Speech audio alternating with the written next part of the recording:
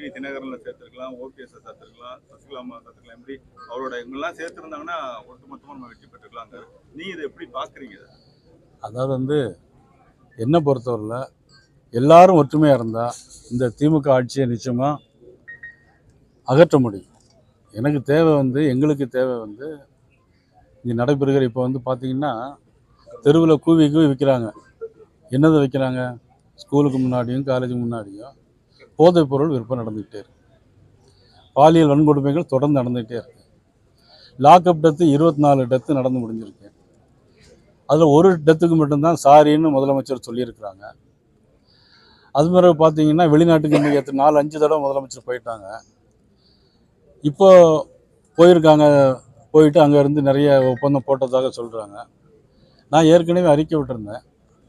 அந்த அறிக்கையில் பார்த்தீங்கன்னா திமுக தொழில்துறை அமைச்சர் மதிப்புக்குரிய டிஆர்பி ராஜா அவர்கள் என்ன சொல்லியிருக்காங்கன்னா, ஏன் மாநில தலைவர் பொய்யா சொல்கிறாரு அப்படின்னு பொத்தாம்பதுவாக சொல்லியிருக்காரு. நான் தேதி வாரியாக 2 கம்பெனிக்கு தேதி வாரியாக நான் கொடுத்துருந்தேன். அதில் பார்த்தீங்கன்னா அது பிறகு பதிலே இல்லை.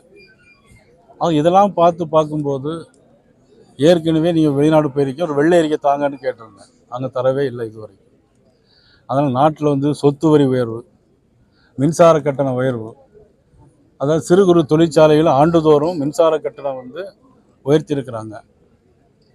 அதில் டேரிஃபில் உயர்த்தியிருக்காங்க, டெபாசிட் உயர்த்திகிட்டே இருக்கிறாங்க. இதையெல்லாம் மாற்றம் கொண்டு வர வேணும். மக்களுக்கு எப்படி பாரத நரேந்திர மோடி அவர்களும் எங்களுடைய நிதியமைச்சர் மாண்புமிகு நிர்மலா சீதாராமன் அவர்களும் எப்படி வரி குறைப்பு செய்திருக்கிறார்களோ அதுபோல் மக்களுக்கு நன்மையை செய்வதற்கு ஒரு மாற்று அரசாங்கம் வேண்டும்.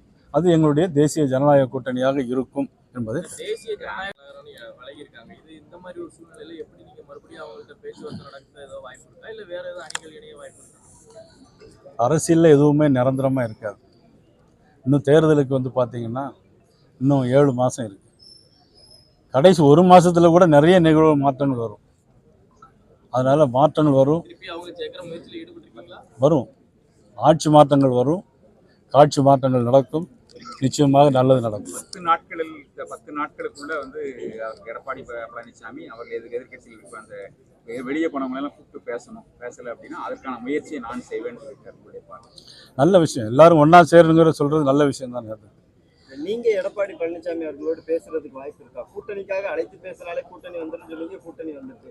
அதிமுகவை ஒருங்கிணைக்க எடப்பாடி பழனிசாமியோடு நேரடியாக பேசுறதுக்கு வாய்ப்பு இருக்கு இல்லை? அது குறித்து மாண்புமிகு இபிஎஸ் அவர்கள் பேசுவார்கள். அவங்க தான் பேசணும். தேவைப்பட்டால் நம்ம பேசணும்.